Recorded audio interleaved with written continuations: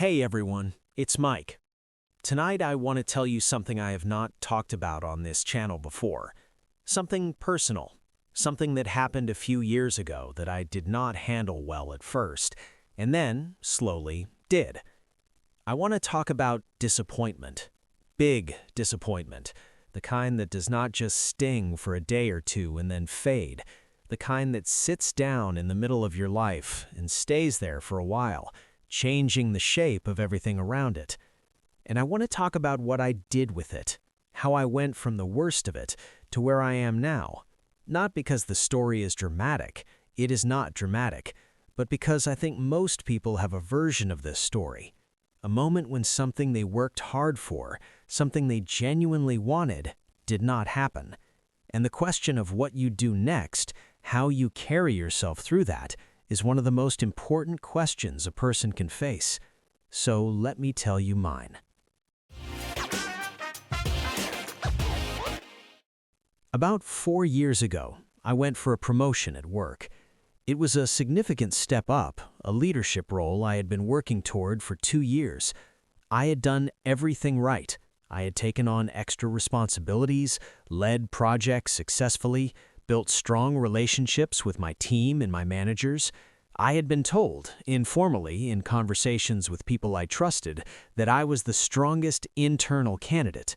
Internal candidate means someone already working at the company who applies for a higher position, as opposed to an external candidate hired from outside. I prepared thoroughly for the interview process.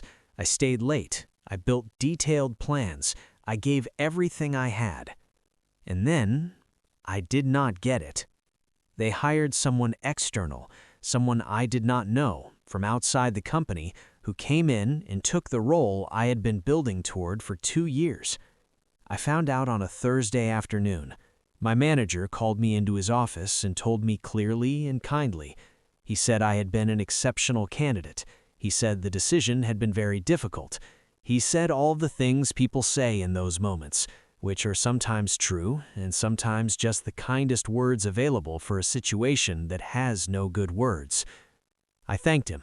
I walked back to my desk. I sat down. I opened my computer and looked at the screen without seeing it. And then I went home. The first few weeks after that Thursday were some of the hardest I can remember. Not because of the job itself, or not only because of the job, but because of what the disappointment unlocked. Unlocked means opened up, like a key opening a door to something that had been closed. The disappointment opened up questions I had not been asking, about who I was, about what I was worth, about whether the 2 years of efforts had meant anything at all. I went quiet. I withdrew from people. Withdrew means pulled back, reduced contact, became less available and present. I went to work, I did my job, I came home. I stopped going to the gym for 3 weeks. I stopped calling friends as often. I sat with the disappointment in a way that was not productive or healthy, just heavy, just sitting with it, turning it over, looking at it from every uncomfortable angle. I told myself I was processing, and some of it was processing, but some of it, if I'm honest, was something closer to wallowing. Wallowing means staying in a negative feeling longer than is necessary or useful, almost choosing to remain in the pain rather than moving through it. I'm not proud of those weeks, but I think they were real and necessary in their own way. Sometimes you have to go through the dark before you can start moving toward the light. Not forever, but for a while. The turning point, and there was a turning point, there always is, came about 3 weeks in. Jason came over on a Saturday afternoon. He hadn't pushed or pressured or called every day with encouragement. He had given me space, which was exactly right. But after 3 weeks, he showed up at my door with food and the quiet, steady presence of a friend who was not going anywhere. We sat and talked, really talked, not about fixing it or solving it or reframing it into something positive, just honestly. I told him how I felt, defeated, confused, like I had done everything right and it had not been enough, like I didn't know what the point of the effort was anymore. He listened. He didn't try to talk me out of any of it. He just said, That sounds really hard. I'm sorry it happened. That was it. That was the whole thing. No advice, no silver lining, no, you'll get the next one. Just, that sounds really hard. I'm sorry. I can't fully explain why that was the turning point, but it was. Something about being genuinely heard, not managed or encouraged or redirected, just heard, released something in me, like a pressure valve opening. Pressure valve means a safety device that releases built-up pressure before it becomes dangerous, used here as a metaphor for emotional release. I felt not better, not fixed, but slightly less alone in it. And slightly less alone was enough to begin. So, what did rebuilding actually look like? I want to be specific about this because I think vague advice about resilience and bouncing back is not very useful. What is useful is the actual, practical, unglamorous detail of what you do when you are at the bottom of something and trying to find your way back up. The first thing I did, and this sounds almost embarrassingly small, was go back to the gym. Not because exercise was going to fix my career, not because physical fitness was the answer to professional disappointment, but because the gym was something I had control over. In a period when so much felt outside my control, other people's decisions, external processes, the unpredictable machinery of how careers actually develop, the gym was mine. I could show up, I could work, I could see the result of my effort directly and immediately. I did the thing, and the thing happened. That sense of agency, the feeling of being able to act and have that action produce a result, was something I had lost in the weeks after the disappointment. And getting it back, even in something as simple as a gym session, was more important than it might sound. Agency means the capacity to act independently and make your own choices, the feeling of being an active participant in your own life rather than a passive recipient of whatever happens to you. The second thing I did was have an honest conversation with my manager. Not an emotional one, a professional one. I asked him directly, what would I need to do to be genuinely competitive for the next opportunity?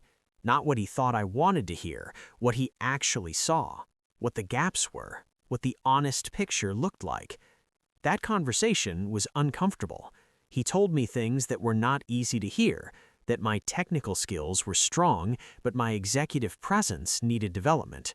Executive presence means the ability to project confidence, authority, and credibility in high-stakes situations, the way senior leaders carry themselves and communicate. He said, I sometimes came across as uncertain in rooms where certainty, or at least the appearance of it, was expected. I listened. I did not defend myself. I wrote it down, and then I went away and thought carefully about whether he was right. He was. Not completely, but substantially. Substantially means to a significant degree, mostly in the important ways. That honesty, as uncomfortable as it was a gift, because you cannot improve in the right direction without an accurate picture of where you actually are. And I had been so focused on everything I had done well that I had not looked clearly at the things I needed to develop. The third thing I did, and this one surprised me, was give myself permission to grieve the disappointment properly. Grieve means to feel and express deep sorrow about a loss. We usually use this word for major losses, the death of someone we love, but I think it applies more broadly. Whenever something you genuinely wanted and worked hard for doesn't happen, there's a real loss there. The loss of the future you had imagined, the loss of the version of yourself that got the thing and moved forward. And that loss deserves acknowledgement. Acknowledgement means being recognized and accepted as real, given its proper weight. I had been trying to skip the grief, to be rational and forward-looking and professional about it, and that was not working. So I let myself feel it properly. I sat with it. I acknowledged it. I said to myself, this hurts. It's okay that it hurts. It was important to me, and it didn't happen, and it hurts. And then, after I had given it that acknowledgement, I found I could actually start moving. Over the following months, I worked on the things my manager had identified. I sought out opportunities to present in higher stakes settings. I worked on how I carried myself in meetings, how I held my posture, how I spoke with more deliberate confidence, how I contributed more actively and decisively in rooms where decisions were being made. Decisively means in a clear, confident, and determined way, without hesitation or ambiguity. I also spent time, more time than before, thinking about what I actually wanted. Not just the next promotion, but the bigger picture. What kind of work did I find meaningful? What kind of leader did I want to become? What did I actually value in my professional life, beyond titles and salary?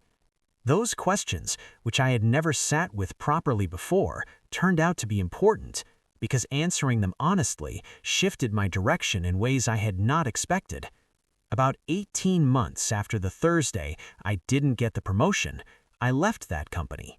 Not in bitterness, not in defeat, but because the process of rebuilding had clarified something, that the role I had been chasing wasn't quite the right role for the person I was actually becoming, that there was a better fit somewhere else, doing work that mattered more to me. The disappointment, as painful as it had been, it pushed me to look at things I had been avoiding looking at. It had forced a clarity that comfort had been preventing. Sometimes the things that don't work out are protecting you from something. Sometimes the closed door isn't a punishment, it's a redirection. I don't say that lightly. I know how hollow that can sound when you're in the middle of the pain, when the door has just closed and you're standing in front of it and everything feels wrong and wasted and unfair. But from where I stand now, I believe it. Not as a comfortable story to make the disappointment smaller, but as something I have seen be true in my own life, clearly and without doubt. So, what would I say to someone in the middle of their own big disappointment right now? First, let it be what it is. Don't rush past it. Don't immediately reframe it into a lesson or a blessing. Let it hurt. Let it be real. Give it the acknowledgement it deserves. Second, find one small thing you have control over, one small area where your effort produces a direct result, and go there. Not to escape the disappointment, but to remember that you still have agency, that you can still act, that not everything is outside your control. Third, ask for honest feedback, not validation, honest feedback, from someone who knows the situation and will tell you the true thing even when it's uncomfortable. Because the true thing, however hard to hear, is the only thing that actually helps you improve. And fourth, give yourself time, real time, not a weekend, months. Rebuilding is slow. It's not linear. It doesn't go up and steadily upward in a clean, straight line. It goes up and back and sideways and occasionally takes you somewhere completely unexpected. Trust the process, even when you can't see where it's going. Because it is going somewhere. I promise you, it is going somewhere. Thank you so much for sitting with me tonight. This was a real story, not the easiest one to tell, but I think the real ones are the most worth telling. If you're in the middle of something hard right now, a disappointment, a setback, a moment when something you worked for didn't work out, I hope something in this story helped, even a little, even just the reminder that you're not alone in it, that this is part of being human, and that on the other side of it, if you do the work and give it time, there's something real and good waiting. If you enjoyed tonight's story and you want to keep learning natural, real English, please subscribe to Free Daily English right here on YouTube. New stories every week, completely free, made just for you. Just hit that subscribe button below. Take care of yourselves, be patient with yourselves, and I'll see you in the next video. See you soon.